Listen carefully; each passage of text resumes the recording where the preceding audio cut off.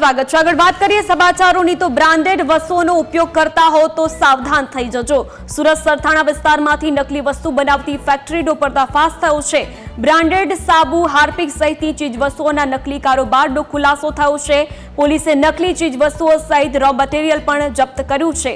Sarthana police સ્ટેશનથી થોડા જ અંતરમાં આ ફેક્ટરી ચાલતી હતી। ખોરાક અને ઔષધ નિયમન તંત્રની વિના મંજૂરીએ જ આ ફેક્ટરી ચાલતી હોવાનો ખુલાસો થયો છે। ખોરાક અને ઔષધ નિયમન તંત્ર ઊંઘતું ઝડપાયું છે તો સરથાણા પોલીસે વધુ કાર્યવાહી હાથ ધરી છે।